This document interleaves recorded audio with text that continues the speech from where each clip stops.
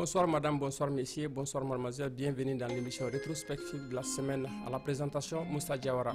Tout d'abord, une urgence au Mali, nous avons des nouvelles provenant du Mali d'une attaque terroriste dans un camp qui est le Kangaba, qui se trouve derrière Rimadjo, un quartier périphérique de Bamako où il doit y avoir des casualités. Nous allons partager ces images que nous avons avec vous, les toutes premières images de cette attaque terroriste et nous allons continuer de vous donner des détails sur ce dont nous avons à notre niveau comme attaque. Cette attaque terroriste a été perpétrée aux environs de 16h30 dans ce campement Kangaba qui est derrière Rimadjo, comme je l'avais si bien dit. Et nous avons les toutes nouvelles que nous avons pour le moment est qu'il y a des morts et des blessés. Il y avait eu 36 otages aussi, dont 36 otages libérés. Mais tout d'abord, allons-y pour voir ces images de ces attaques, les toutes premières images de cette attaque terroriste. Et nous reviendrons dans ce studio ici pour vous donner beaucoup plus de détails. Ces attaques sont, comme nous l'avons si bien dit, ces images que vous voyez tout de suite, ce sont des images que nous avons reçues tout de suite de nos amis partenaires qui sont depuis Bamako et qui nous disent ceci: Kangaba derrière Rimadjo, attaque terroriste. Et il était 16h30 quand 4 hommes armés des AK-47 ont fait éruption dans le campement Kangaba, en tirant sur tout ce qui bouge et faisant des morts, des blessés et des otages. À la rentrée principale était assise un blanc et sa femme qui ont directement été pris pour cible. Rapidement alertés, les forces de sécurité ont réagi rapidement. Ils ont réagi en encerclant les lieux. Les forces sont composées de la gendarmerie nationale, de la garde nationale. Il y avait aussi Berkamp et l'aménagement qui étaient invités sur le plateau pour venir au secours, pour venir encercler d'abord ces campements. Et les forces maliennes, les forces de sécurité maliennes ont pu faire libérer 36 otages. Mais nous déplorons, d'après les informations qui nous parviennent, nous déplorons des morts et des blessés. Qu'est-ce que cela veut dire encore une fois de plus? Cela veut dire tout simplement que l'insécurité résiduelle, cette insécurité qui plane sur l'Afrique de l'Ouest, beaucoup plus précisément sur le Mali, continue de parler d'elle-même, continue de nous montrer que jusqu'à présent, nos grandes villes, les Européens, les Africains en un mot, ne sont pas à l'abri de ces attaques terroristes qui peuvent venir à tout moment. Parce que n'oublions pas que nous sommes dans les mois de Ramadan. N'oublions pas aussi que cette attaque terroriste qui est survenue tout de suite est survenue à une heure, à 16h30, en pleine journée, comme pour dire que jusqu'à présent, la sécurité doit être vraiment renforcée au Mali. La sécurité doit être vraiment renforcée à Bamako. Les institutions de la République ne sont pas à l'abri. Les Maliens ne sont pas à l'abri d'une attaque terroriste. Quand nous voulons penser tout de suite qu'hier, il y a eu une très forte mobilisation à Bamako de l'ensemble des couches socio-politiques et socio-économiques à Bamako qui se sont regroupés hier pour une très grande marche pacifique. Imaginons tout un instant que ce genre d'attaques parviennent pendant qu'il y a des milliers de gens qui étaient là en train de marcher pour une révision constitutionnelle encore qui ne dit pas tout son nom.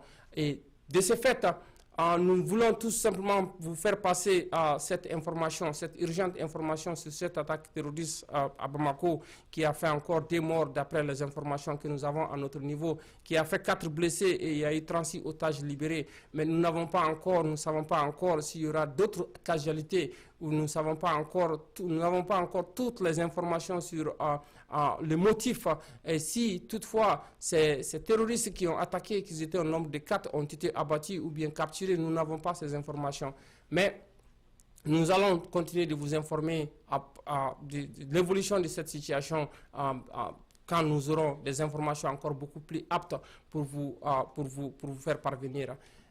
Pour notre rétrospective d'aujourd'hui, nous avons un invité spécial. Un invité spécial, c'est M. Serge Niawa, qui est le présentateur de l'émission Grand Débat sur Tempo Afrique TV et qui va m'aider aujourd'hui sur ce plateau depuis Saint-Cloud via notre système de phone pour me donner ses impressions sur cette réforme constitutionnelle qui se passe au Mali, cet référendum qui pointe à l'horizon au Mali où nous avons invité, le gouvernement malien a invité le peuple malien à venir se prononcer sur ce référendum le 9 juillet, qui est tout au plus dans 2 ou 3 semaines. Nous savons très bien qu'il y a eu des réformes de ce genre au Burkina Faso qui a suscité beaucoup de bruit. Nous savons qu'en Côte d'Ivoire, qu'il y a eu ce genre de référendum aussi qui était prévu, ce changement constitutionnel qui a fait beaucoup de bruit. Et nous savons qu'au Congo, ça a toujours été le cas. Donc, nous allons faire intervenir notre confrère, M. Serge Niawa, qui va nous donner ses impressions sur cette réforme constitutionnelle que le peuple malien est en train de se battre bec et ongle contre. Bonsoir, M. Serge Niawa. Bonjour, monsieur Diawara, comment ça va? Merci d'avoir accepté mon invitation sur ce plateau. Et nous avons cette réforme constitutionnelle qui a été prévue par le gouvernement malien. Tout d'abord, que pouvez-vous nous dire? Quelles sont vos impressions sur cette grande marche qui a été organisée hier et quelles sont vos impressions sur cette réforme constitutionnelle dont le gouvernement malien veut coûte que coûte faire voter un oui au peuple malien? Merci, mon cher Diawara. Je crois que le peuple malien a de quoi se soulever. Vous savez, une nouvelle constitution, sinon une réforme constitutionnelle au Mali aujourd'hui, le peuple malien a été debout hier pour pouvoir dire non à cette réforme constitutionnelle. En personnant à Bana, ce qu'ils ont baptisé comme leur principe.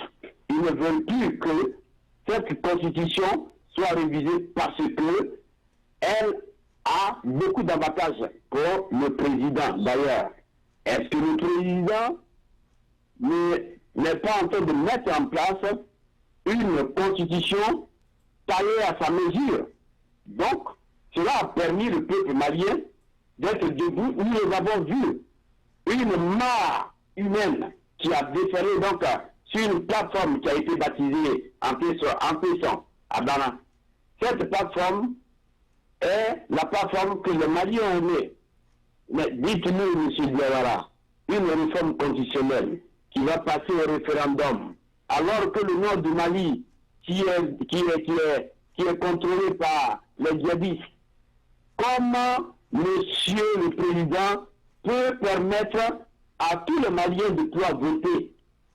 Ça veut dire qu'il y a une sorte d'arnaque qui est en train d'être mise en place, M. Diawara. Si vous avez encore des questions, je pense que nous allons continuer parce que les Maliens ne vont pas rester là. Si les Maliens disent non à cette réforme constitutionnelle, je pense que le président devra comprendre parce que nous avons vu cela au Bénin, où Patrice Talon a voulu réviser la Constitution. Les Béninois ont dit non.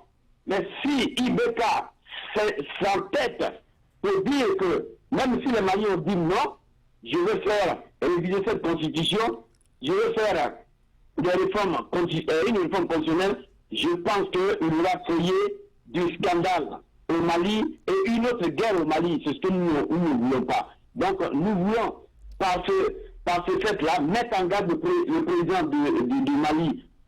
Nous voulons le mettre en garde. Et ce n'est pas la peine. Si la population dit non, il faudrait qu'il respecte cela. Parce qu'il a dit que c'est la population qui l'a voté, M. Diawara.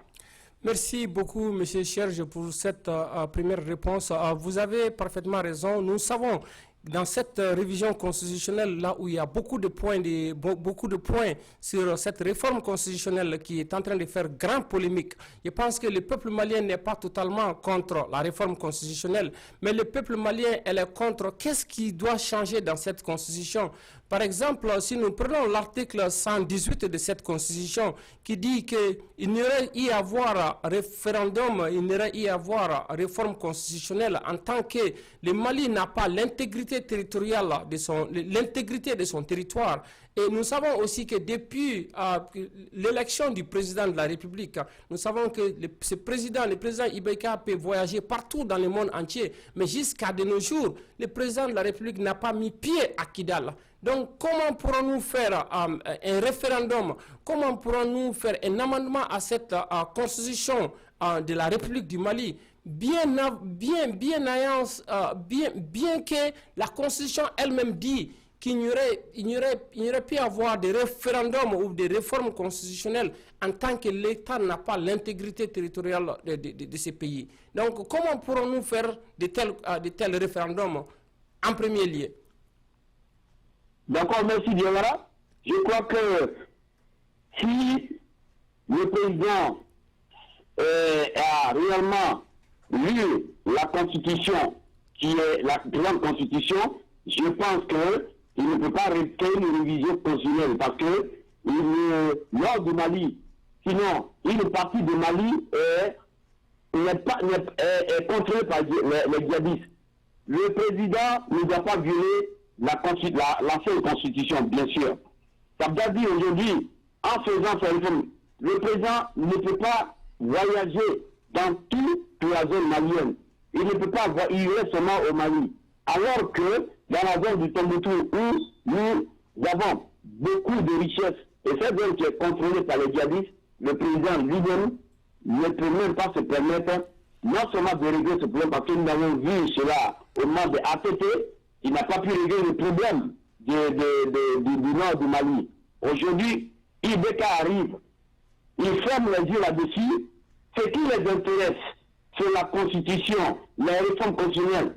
Parce que leurs représentants, sinon la France-Afrique leur a dit, il faut essayer de changer la Constitution. Nous avons vu en Côte d'Ivoire où la Constitution a été changée intégralement, il n'y a pas eu de réforme constitutionnelle. Aujourd'hui au Mali, on parle du Sénat, on parle de l'Assemblée nationale. Mais écoutez, où va le Mali avec tout ceci? Le Mali n'a pas besoin de cela. Le Mali est en train de souffrir. Les richesses du Mali sont en train de lui échapper. Au moment où les Maliens sont en train de compter les morts, on vole le Mali, on vole le sous-sol malien. Ibeka est constitutionnel, mais il ne dit rien, mais c'est la réforme constitutionnelle qui l'intéresse. Qu'est-ce que ce président trouve dans ces réformes constitutionnelles? Ce n'est pas du tout normal. Le président, dans cette réforme constitutionnelle, il faut dire que le président de la République, le président de la Cour constitutionnelle a été toujours désigné par les membres de la Constitution. Mais cette fois-ci, quand il y aura la révision de la Constitution, il sera nommé par le président de la République. Qu'est-ce que ça veut dire tout ça? Pourquoi un membre de la justice doit être nommé par le président de la République? Ça veut dire quoi? Ça veut dire que parmi ces prérogatives, la responsabilité de proclamer les résultats définitifs des élections, les élections présidentielles seront acquises à la fin du président. Ça veut dire que Ibeka est soupçonné de vouloir donc tailler, de se préparer à cette mesure pour sa réélection 2018. Les Maliens n'ont qu'à faire attention. S'ils acceptent, c'est fini. Parce que quand on dit le référendum, qui est en train de voter? Le oui, quand ça va sortir, vous croyez que c'est la population réellement qui va voter le oui? Non, c'est lui, Ibeka et son camp. Parce que quand on voit l'Assemblée nationale, c'est sa famille. C'est sa famille. Donc il faut faire attention, mon cher Diawara. Merci beaucoup, M. Serge Niawa. Et comme vous l'avez si bien dit, j'allais en arriver là. une fois que cet référendum est voté oui, comme vous l'avez si bien dit, ça donne un super pouvoir au président de la République, parce que le président de la République va désormais nommer toutes les institutions de la République, à commencer par la Cour constitutionnelle, la Cour suprême. Et comme vous l'avez si bien dit, un président qui nomme, qui a un super pouvoir, qui d'ailleurs va faire de sorte qu'il n'y aura plus de référendum au Mali, parce que c'est à lui de décider tout. Que pourrons-nous dire de cette genre de gouvernance, quand bien que dans la sous-région, nous avons vu que le Sénégal est en train d'abolir, sinon a déjà annulé cette Sénat qui était là, qui n'a pas pu donner les résultats escomptés que le peuple sénégalais s'y attendait. Et maintenant, nous voyons un président de la République, nous voyons le parti au pouvoir au Mali qui s'acharne bec et ongle, qui veut tout faire coûte que coûte pour faire avaler cette Sénat à la population malienne. Mais aussi, est-ce que le Mali doit ajuster sa constitution, tailler sa constitution à l'accord d'Alger qui a été signé pour pouvoir faire plaisir à une partie de la nation malienne? Qu'est-ce que tu penses de cette idée de faire tailler la constitution à la mesure de l'accord qui a été signé? Et cet accord se dit un accord intermalien. Ce n'est pas un accord entre l'État du Mali et une autre nation, mais c'était un accord intermalien. Merci, M. Diawara. Je crois que l'accord d'Alger ne signifie rien parce qu'il n'a pas produit d'effet au niveau du Mali, qui n'était que des amusements. Le président se présente, mais le peuple malien est toujours en train d'entendre sa population de pouvoir se manifester pour ce qui est en désaccord avec ses prérogatives. Il faut dire qu'aujourd'hui, si le oui a été voté par exemple, comme on le consent, ça veut dire qu'il n'y aura plus de référendum. Le président est donc roi dans cette nouvelle réforme constitutionnelle. Et qui sait si IBK est en train de préparer un terrain pour son enfant? Et si cela est vrai, je pense que le Mali devient une colonisation pour étouffer complètement tout le Mali. Il faut voir encore, nous avons vu hier Togo, le Togo est colonisé. Aujourd'hui, les Togolais ne peuvent plus parler. L'opposition a été achetée. Je pense que Simaïla Cissé, qui est un maître même de l'opposition, est toujours en train de se débattre comme un beau diable pour que le Mali puisse retrouver son indépendance. Le Mali est réellement désencadré par la politique de IB qui ne cesse pas de piller le Mali, qui ne cesse pas d'envoyer encore sa dissidence au niveau du Mali. C'est vraiment du totalitaire. Ce n'est pas du tout bien. J'incite les Maliens à rester debout contre cette réforme constitutionnelle. Parce que si elle a été adaptée, c'est fini pour le Mali. Ça va créer encore une guerre pour le Mali. Les gens disent aujourd'hui que ici, comment je peux appeler ça, la désignation des membres du futur, quand on parle du Sénat par exemple, il faut dire que le nombre les 2 tiers seront désignés par quand même, pas par le président. Le président, oui, il va essayer de nommer le 1 tiers. Mais pourquoi tout ceci? C'est ce qui se passe en Côte d'Ivoire, c'est ce qui s'est passé en Côte d'Ivoire. Donc moi je dis, pour la cause du Mali, les présidents aujourd'hui qui sont votés, ils ne sont que par leur intérêt. Ils se déterminent par l'intérêt, pas dans l'intérêt supérieur du Mali. Le problème du Mali reste toujours un problème clé qui n'est pas encore réglé. Le Mali n'est pas uni. Le nord malien veut une indépendance. Le Tamboutou veut une indépendance. Alors qu'en son temps, on a eu plus de 27 puits de pétrole au niveau de ce nord-là. Le Mali est plus riche.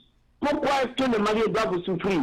Pourquoi est-ce que IBK, qui arrivait, qui voulait faire du Mali de l'Eldorado, veut empiéter sur la liberté des Maliens à ne plus sortir de l'ordinaire? Parce que le Mali a été pris totalement dans sa totalité par la France. On a vu Hollande qui est venu se s'imposer Aujourd'hui, il a cédé la place à Macron, Emmanuel Macron. Et le Macron va mettre sa position sur le Mali.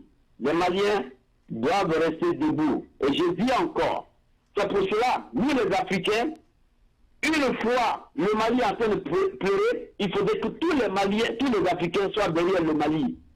Si une partie du continent est en train de pleurer, il faudrait que tout le continent se réunisse derrière ce pays qui est en train de pleurer. Alors, si la diaspora m'écoute, parce qu'aujourd'hui, on veut faire de la diaspora un député. Le Mali, dans cette nouvelle réforme, la diaspora aura un député. Qu'est-ce que cela va servir, M. Diawara? Un député. Cet élément va-t-il aller siéger ou au Mali, va-t-il laisser son travail ici pour aller siéger de l'autre côté là-bas? Et s'il est élu, il est élu à la sorte du président? Parce que les ambassades, c'est eux qui vont organiser la députation à l'extérieur. Donc il faudrait qu'on fasse attention. C'est ce que le Sénégal veut faire aussi. Où va le Mali? Où va l'Afrique avec ce changement de constitution? Est-ce que ces constitutions ne sont pas bien à la mesure même du peuple malien? On répond maintenant qu'il faut changer la constitution. Il faut changer la constitution, sinon il faut faire des réformes constitutionnelles pour permettre au président de s'éterniser au pouvoir. IBK veut s'éterniser au pouvoir. Les Maliens doivent ouvrir les yeux et faire barrage à cette nouvelle réforme constitutionnelle, M. Béara. Merci, M. Serge. Nous avons vu quelque chose hier que nous n'avons pas vu en très longtemps au Mali. Nous avons vu une très grande marche hier de l'organisation dont vous avez cité le nom, Antesson Abana, qui a fait mobiliser des milliers et des milliers de Maliens, si nous pouvons dire des millions de Maliens qui sont sortis hier dans la discipline, la très grande discipline, sans brûler de pneus, sans casser de feu, sans porter atteinte à la liberté de qui que ce soit. Nous avons vu des leaders religieux qui sont sortis hier. Nous avons vu des partis politiques qui sont sortis hier pour tout simplement scander, tout simplement pour dire non. Nous allons écouter ce député de l'Assemblée, M. Gassama, qui est en train d'être interviewé par des membres des agents de la presse. Écoutons-le un tout petit peu et nous reviendrons dans ce studio. Mali et le Mana Algérie, ils ont sauvé 8 mois. À 8 mois, je vous dis, c'est hier soir qu'à l'Assemblée, on était saisis par rapport aux problèmes des Nord. Hier, tout près, on a mis les commissions. Bon, maintenant, c'est pas la même chose. Moi, je crois qu'à ATT aujourd'hui, et réconciliation, on doit commencer par ATT. Et réconciliation, quand on a commencé à ATT. Mais il y a fait de vos commissions. Et on a vidé les plaintes de l'ATT. L'Assemblée a rejeté. On a rejeté, on a dit quoi? Moi, je l'ai dit à l'Assemblée. Si on va juger ATT, on va juger IBK. On va juger Gassama, on va juger Isaki, on va juger, comment ça s'appelle, Shogel Kokala Maïga, on va juger Darman Dambélé, on va juger, etc., etc. Qui n'est pas responsable de la gestion de l'ATT, y compris moi-même. On est tous responsables de la gestion de l'ATT. Maintenant, il faut remercier le président Alpha Omar Konaré, Moussa Traoré, qui aujourd'hui, il paraît que ce soir, il va participer à la meeting pour le retour de l'ATT. Moussa Traoré, qu'est-ce qui n'est pas fait au Mali? Il était condamné à mort. Mais Yafa Kerama, aujourd'hui, il est au Mali. ATT Munge Jamana Ngono, Mali où Allah écrit tout gagner ATT Cheo. Mais à ma foi, il faut continuer. Alpha Morkaneko, Dobesa ke Lutigé, Atisa ke Doutigé, à quoi Dobesa ke ministre, Atisa ke premier ministre, Dobesa ke premier ministre, Atisa ke président de la République. Voilà. Bon, Oulou Fanaï Foulade, monsieur le Dieu, pour terminer, Oulou Framama, Oulou Foulabi Kadala, Oulou Dobé à Kafari. À Kafari, hein, mais tu sais qu'à faire Minaire, ma fille a fait tuer. Télécommandido, Alpha a dit ça. À quoi Oulou Framan Dobé, Naya à Kafari, télécommandido. Télé, tu sais qu'à Minaire, ma Nima Mene. Mais Oulou Dobé, ce qu'on a fini, d'accord, la Chaka Sogomina. Non, on est poisson. Voilà, c'était l'intervention de M. Gassama qui est président de l'Assemblée, qui est, je m'excuse, qui est député à l'Assemblée nationale du Mali, et Gassama qui est très bien connu pour ses interventions fracassantes à l'Assemblée du Mali. M. Cherniawa, vous avez écouté tout de suite cet honorable député qui était à la marche d'hier et qui a pu donner ses impressions sur cette réforme constitutionnelle, mais a aussi dit que si on a pu pardonner à l'ancien président de la République, M. Moussa Traoré, que donc on devait pardonner M. Amadou Toumani Touré, président de la République, qui est exilé au Sénégal jusqu'à présent et qui doit revenir au pays, et qui disait aussi que si on doit juger activité, on doit juger le président de la République actuel, Ibrahim Boubacar Keïta. Quelles sont vos impressions de ce que disait cet honorable député de l'Assemblée nationale du Mali lors des marches organisées hier? Je crois que le responsable qui vient de parler tout à l'heure, je crois qu'il faut, ce sont les sages du pays. Ils savent comment le pays est déclaré, ils savent comment le pays est occupé. Ils apportent des informations pour permettre à IBK d'aboutir vraiment à un résultat escompté voulu par les Maliens. Effectivement, ces présidents aujourd'hui qui sont hors du territoire malien ont vu que le Mali continue d'être souffrant, le Mali continue de souffrir. Ils veulent apporter leur réaction, ils veulent apporter leur agrégat de solutions à tout ce qui se passe dans le Mali. Donc je pense qu'on doit aussi leur permettre de venir, parce que c'est des gens qui ne peuvent plus briguer encore un autre mandat. Si la population voudrait d'eux, il n'y a pas de problème, parce que dans tous les cas, c'est la population qui décide. Si la population décide, je crois que le chef de l'État doit se remettre en scène, doit se remettre en cause pour dire, c'est la population qui m'a voté, c'est la population qui décide, et il va falloir que je respecte les prérogatives de cette population. Donc, mon cher Diawara, pour celui qui vient d'intervenir, je pense que monsieur le président doit quand même écouter, le président doit quand même se donner une certaine décision à se réviser. Le président doit se réviser. Parce que, il faut dire que ce genre de projet, il est quand même personnalisé. C'est un projet qui est personnalisé à la sorte même du pouvoir. C'est un projet qui codifie toutes les dérives autoritaires et autocratiques qui sont condamnées donc dans ces dernières années. Monsieur Ibeka doit encore voir ces vieux clichés. Ce n'est pas du tout normal. C'est quand même difficile de faire confiance à un régime qui propose un projet de ce genre dans un contexte aussi difficile. Le Mali souffre. Le Mali est sous contrôle des djihadistes. Et qui contrôle les djihadistes? C'est la France qui le contrôle. C'est la France qui les alimente. C'est la France qui achète les armes. Mais que fait IBK? Il est au courant de ce qui se passe. Il fait les yeux là-dessus. Il veut faire une réforme constitutionnelle. Et qui va voter? On dit c'est la population malienne. Mais le nord du Mali ne fait pas part de cette population malienne. N'amusons pas la galerie. Ne prenons pas le peuple comme un peuple qui est endetté. Le peuple malien est très intelligent.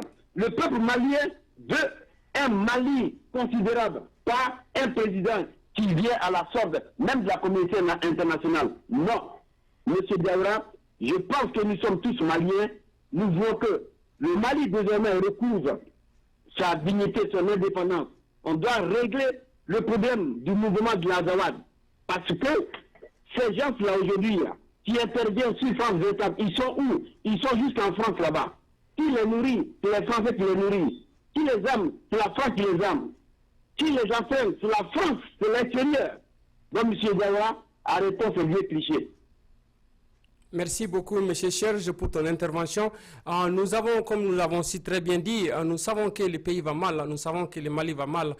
Depuis 2012, le Mali est confronté à cette situation d'insécurité au Mali. Le Mali a été envahi par des djihadistes. Depuis 2012, nous cherchons les voies et moyens pour pouvoir régler ces problèmes au nord du Mali, afin que le Mali soit unifié encore une fois de plus. Et pendant que nous sommes en train de chercher ces vases et moyens pour trouver une solution idoine, une solution définitive à ce problème au nord du Mali. Nous voilà encore que nous avons signé des accords dits d'Alger, et ces accords nous amènent aujourd'hui à revoir notre constitution du Mali, et revoir notre constitution du Mali pour qu'il puisse avoir une paix définitive au Mali. Mais que doit-on changer dans cette constitution? Voilà les points de discorde entre les citoyens maliens et l'État malien. Voilà les points de discorde entre certains députés de la gauche et ceux de la droite. Et on veut nous faire avaler une constitution, on veut nous faire partir pour un référendum où la plupart des Maliens ne savent même pas de quoi s'agit-il. Nous pensons qu'avant de parler de référendum, nous pensons qu'avant de faire une proposition de référendum, il faut d'abord expliquer à cette population malienne, il faut d'abord expliquer aux citoyens maliens qui sont, en plus la moitié sont des analphabètes, si nous pouvons le dire, il faut les expliquer de quoi s'agit-il, que doit-on changer dans cette constitution pour que nous puissions avoir cette paix définitive. Mais à notre grande surprise, l'Assemblée nationale du Mali a voté un projet de révision constitutionnelle le 3 juin, et tout de suite, 2 jours après, nous avons eu cette nouvelle encore que ce référendum est prévu pour le 9 juillet, un temps qui est vraiment pas gros, pas beaucoup, pour faire d'abord comprendre à nos amis, à nos parents qui sont dans les coins les plus reculés du Mali, de qu'est-ce que c'est qu'une révision constitutionnelle, que doit-on changer dans cette constitution. Donc la grande marche d'hier a vu un monde jamais égalé au Mali pour s'opposer à un tel projet. Nous allons continuer de regarder cette marche et nous allons continuer d'écouter certains intervenants dans cette marche qui ont vraiment se sont vraiment opposés, qui continuent de s'opposer à cette marche, à cette réforme constitutionnelle. Et c'est le lieu aussi de saluer la jeunesse malienne, c'est le lieu aussi de dire bravo à cette jeunesse qui n'a pas hésité. Écoutons cette marche, écoutons des gens qui ont marché et revenons dans ce studio ici avec M. Cherniawa.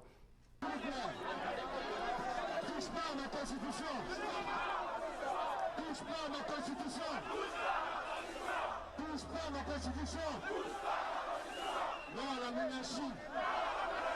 Non à la monarchie. Vive la démocratie. Vive la République. Touche pas à ma constitution. Touche pas à ma constitution. Enterre à Bana. Voilà, donc c'était la marche qui a été organisée hier, donc les organisateurs disaient touche pas à ma constitution, touche pas à ma constitution, enterre à Bana, ce qui veut dire que nous refusons, c'est terminé. Donc encore une fois, M. Cherniawa, comme vous l'avez si bien constaté hier, le peuple malien était sorti, quand bien que c'est le mois de Ramadan, et la plupart des marcheurs étaient des gens qui étaient en train d'observer ce mois de Ramadan pour dire leur ras-de-bol à ce changement constitutionnel. Si vous avez un dernier mot à dire sur ce changement constitutionnel par rapport au Burkina Faso, si nous pouvons faire une anecdote entre le Burkina Faso et le Mali. Nous avons vu M. Blaise Compaoré qui a fait 35 ans au pouvoir et qui était vraiment réticent à ce changement constitutionnel. Et nous avons fini par voir où se trouve Blaise aujourd'hui. Que doit faire le président de la République du Mali, son Excellence Ibrahim Boubacar Keïta, pour éviter un chaos au Mali encore qui n'a pas continué, qui n'a pas fini de tanker et qui n'a jamais chaviré, bien sûr, mais qui continue toujours de tanker? Merci, mon cher Diawara. Je pense que IBK doit éviter un bain de sang au Mali. Parce qu'aujourd'hui, il faut voir, la communauté internationale a un principe qu'elle fait adopter à tous ces présidents qui ont été importés. IBK, là où il a été importé, il n'a pas été élu par le peuple malien. Il faudrait qu'ils le comprennent. Il faut dire aujourd'hui, quand on parle de réforme constitutionnelle, les réformes constitutionnelles, ça sera voué à un référendum. Ça veut dire qu'il faut aller dans toutes les zones, dans toutes les régions du Mali pour expliquer aux pauvres contribuables maliens le contenu du contenant de ce référendum. Est-ce que IBK l'a fait? Simplement, ils sont allés à l'Assemblée nationale qui est constituée, qui est acquise à sa solde. Ils ont voté simplement cette réforme constitutionnelle. Maintenant, il faut l'amener au niveau du peuple pour que le peuple dise oui ou non. Mais aujourd'hui, qui va dire oui ou non? Est-ce que ça sera le peuple? Ça veut dire que si on ne va pas dans ces zones, d'ailleurs même dans le nord et puis le centre même du Mali, il faut dire qu'il y a de larges jeunes qui échappent au contrôle même de l'autorité malienne. Ils ne contrôlent pas ces zones. Ces zones sont donc des zones de djihadistes. Comment ce monsieur de IBK, qui est le président de tous les Maliens, pour ne pas dire que le président d'un seul parti, peut se permettre de sa sagesse que nous voulons quand même crédibiliser, à pouvoir mettre en place une réforme constitutionnelle qui va être simplement votée par une poignée malienne. Ça, c'est du largo. Ça, c'est du jamais vu. Ça, c'est vraiment concrétiser, dire réellement aux Maliens que je m'impose en tant que président. Ça veut dire que la France-Afrique encore continue. Cela s'est passé hier en Côte d'Ivoire. C'est ce même système stratégique qui a été mis en place par toute la communauté internationale pour permettre à nos chefs d'État de briguer encore les mandats, de rester encore, de s'éteindre au pouvoir pour ne plus que leur intérêt échappe à au panafricanisme, au panafricain. Donc, mon cher Diawara, je pense que la plateforme des Maliens qui a été baptisée en Tesson, à Bana, ne touche pas à ma constitution. Je crois que les Maliens doivent continuer jusqu'à ce que cette réforme constitutionnelle doit être retirée carrément et purement. Les Maliens ne doivent pas dire non. Les Maliens ne doivent pas dire oui avant le 9 juillet prochain. Il faudrait qu'on retire cette constitution parce qu'elle n'avantage pas les Maliens. Elle avantage la communauté internationale et le président IBK. Alors je demande à tous les Maliens de rester debout et unis contre cette réforme constitutionnelle. Merci beaucoup, M. Serge Niawa. Nous avons un dernier élément que nous allons faire passer. Nous avons vu des Maliens hier qu'on a interviewé pour leur demander leur avis de qu'est-ce que c'est que toute cette réforme constitutionnelle et de qu'est-ce que c'est que cela va en découdre et quels sont les avantages et les inconvénients. Nous allons les écouter et nous allons revenir dans ce studio ici pour que vous puissiez nous donner, me donner ton dernier mot, ton impression sur cette révision constitutionnelle et nous allons les écouter et nous reviendrons dans ce studio. Alors, je pense qu'avant même de rentrer dans le pourquoi nous sommes contre, parce que je suis personnellement contre, et comme beaucoup de nos leaders du collectif Python d'ailleurs, avant d'arriver, n'est-ce pas, aux raisons, à la motivation de pourquoi nous sommes contre, je pense qu'il y a des préalables qu'il faut rappeler aujourd'hui au peuple malien, de l'intérieur comme de l'extérieur, bien sûr. Le premier préalable, c'est que,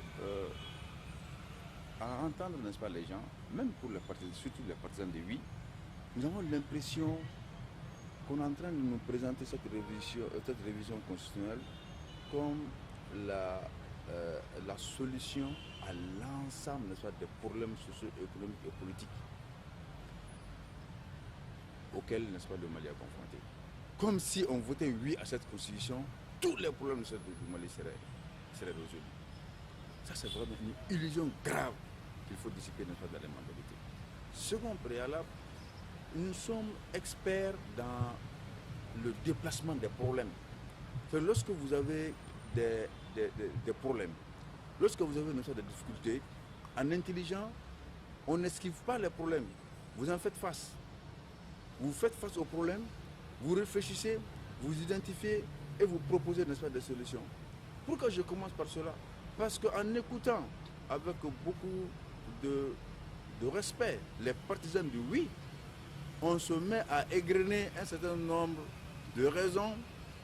La Constitution doit être révisée, 92, aujourd'hui, il y a beaucoup de choses qui ont changé. On ne dit pas non. Il y a un certain nombre, n'est-ce pas, de difficultés auxquelles le pays a été confronté à partir de la crise de 2012. Si nous avions, n'est-ce pas, une constitution, peut-être que ces choses-là ne se passeraient pas. Mais nous pensons que ceci sont des arguments qui ne tiennent pas la route, comme on le dit, n'est-ce pas, dans le jargon. La question fondamentale que nous posons, effectivement, nul ne met en cause la nécessité, n'est-ce pas, de réviser, n'est-ce pas, la Constitution de 92. Les dynamiques sociales et politiques étant ce qu'elles sont, il faut à un certain moment donné que la loi fondamentale s'adapte quand même aux réalités socio-économiques et politiques du pays.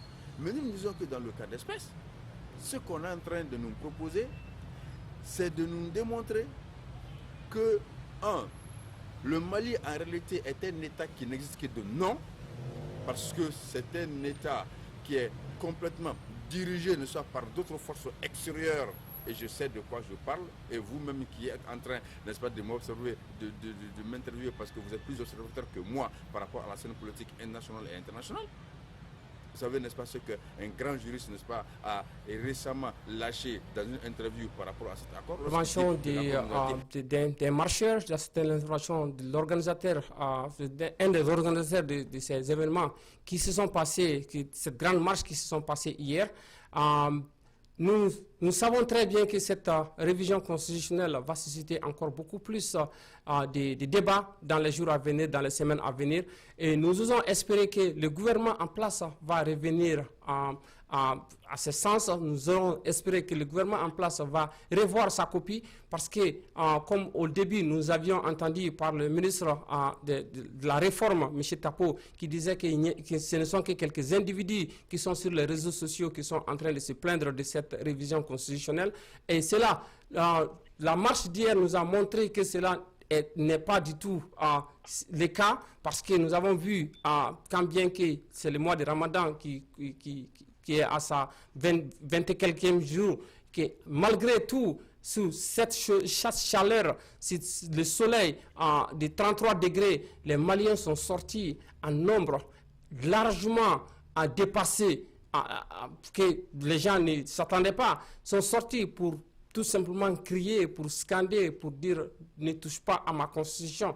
Je pense que cela doit donner quelque chose à réfléchir à l'État malien. Cela doit donner quelque chose à réfléchir aux hommes politiques maliens de revoir leur copie. Parce que nous ne sommes pas, je ne pense pas que le peuple malien est contre une révision constitutionnelle, mais plutôt le peuple malien est contre du contenu de cette révision constitutionnelle qui doit changer. Donc, pour l'amour du Mali, pour l'amour des citoyens maliens, pour le bonheur du Mali, je pense que le peuple a parlé, le peuple s'est manifesté et que le gouvernement doit y prendre en compte les opposants du non et les opposants du oui aussi. Tout un chacun a ses raisons, mais on ne peut pas ignorer la masse qui est sortie hier, on ne peut pas ignorer cette masse qui a scandé pendant des heures et des heures pour dire « touche pas à ma constitution ». Monsieur Cherniawa, quels sont vos derniers mots sur cette révision constitutionnelle sur laquelle nous allons revenir en fond et en large au fur et à mesure que cette situation évolue? Vous pouvez nous donner vos derniers mots sur cette révision constitutionnelle et nous allons terminer avec notre rétrospective d'aujourd'hui. Merci mon cher Diawara, ça a été un réel plaisir d'être avec vous ce soir pour prendre part à ce petit mini-débat sur la réforme constitutionnelle du Mali. Notre pays qui est en train d'être enclavé totalement par les djihadistes, par une certaine clanisation qui ne dit pas son nom. Il faudrait qu'on sache une chose. Cette nouvelle constitution va consacrer la partition du Mali. Mais il faut comprendre que c'est une opération de tripatouillage. Les Maliens doivent comprendre cela. Parce que c'est quand même illégal. Parce que vous avez parlé tout à l'heure de l'alinéa 3 de l'article 118 de la Constitution. La Constitution du 25 février 92 qui dit ceci. Aucune procédure de révision ne peut être engagée ou poursuivie lorsqu'il est porté atteinte à l'intégrité du territoire malien. Ça veut dire que si le président veut réellement faire une bonne révision, sinon veut respecter la constitution malienne, il ne doit même pas toucher à cette constitution. Le président doit aussi comprendre que les Maliens, la vague malienne, la vague humaine qui s'est déferlée sur cette plateforme baptisée Antesson, à Bana, ne touche pas la constitution. Le président doit comprendre que ce n'est pas un seul Malien, mais c'est la population malienne qui s'est déferlée là. Il n'a qu'à comprendre que cette mare doit lui dire quelque chose, doit lui donner des réflexions, une conscience à ne pas créer un bain de sang malien, encore une fois de plus. Parce que le sang malien a coulé depuis quand? Et le sang malien continue de couler. Parce que quoi? À cause de sa richesse. S'il est venu pour s'enrichir, les pauvres Maliens sont en train de souffrir. On ne doit pas s'enrichir sur leur dos. On ne doit plus s'enrichir sur le dos de tous les pays africains, mon cher Diawara. On doit encore remettre en scène le Mali et non pas concrétiser, sinon compromettre les intérêts de ce pays qui veut sortir de l'ordinaire. Si Ibeka est venu, ce n'est pas pour son intérêt. Si Ibeka est président, ce n'est pas pour un seul parti. Si Ibeka est président, ce n'est pas pour faire des réformes continuelles pour mettre son enfant, comment on appelle, comme président, pour continuellement contrôler le Mali. Ça va être grave. Il faudrait qu'on fasse attention. Mes chers Maliens, je veux vous dire que nous sommes derrière vous, en tant qu'un citoyen de la diaspora, un Africain de la diaspora. Nous sommes derrière vous et nous allons continuer de nous battre jusqu'à ce que ces budgétivores aujourd'hui qui veulent quand même s'accaparer des intérêts de nos pays africains puissent être boutés hors de la compétition des pays africains. Je vous en remercie. Merci beaucoup infiniment, M. Serge Niawa, pour ta participation dans ces rétrospectives sur la situation de réforme constitutionnelle au Mali. Et nous vous annonçons au passage qu'il y a eu une attaque terroriste au Mali aujourd'hui vers les 16h30. Et les informations qui nous sont parvenues pour le moment est un bilan de 2 morts et de 4 blessés. D'après les informations, ces attaques terroristes, il y avait 4 terroristes qui ont envahi ces camps qui est non loin qui est dans la périphérie de Bamako et qui ont tiré partout sur tous les sens et qui ont fait au moins 2 morts et 4 blessés. Il y avait 36 otages libérés par les forces maliennes, mais les forces maliennes ont été assistées par les forces de l'aménagement et nous avons, d'après les informations qui nous parviennent aussi, il y a la force Berkane aussi qui était venue pour sauver des vies humaines. Nous vous remercions infiniment pour votre attention sur cette rétrospective de la semaine et nous vous disons une bonne soirée et nous nous retrouverons la semaine prochaine. Moussa Diawara était à la présentation. Au revoir.